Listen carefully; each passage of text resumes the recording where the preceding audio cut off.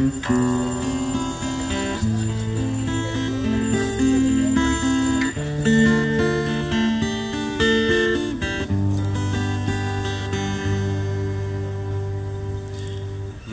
си новите дрехи, момчета. Не казвайте утре ще бъдем красиви. Не казвайте утре ще бъдем щастливи. Не казвайте утре ще обичаме утре. Утре ще бъда любим.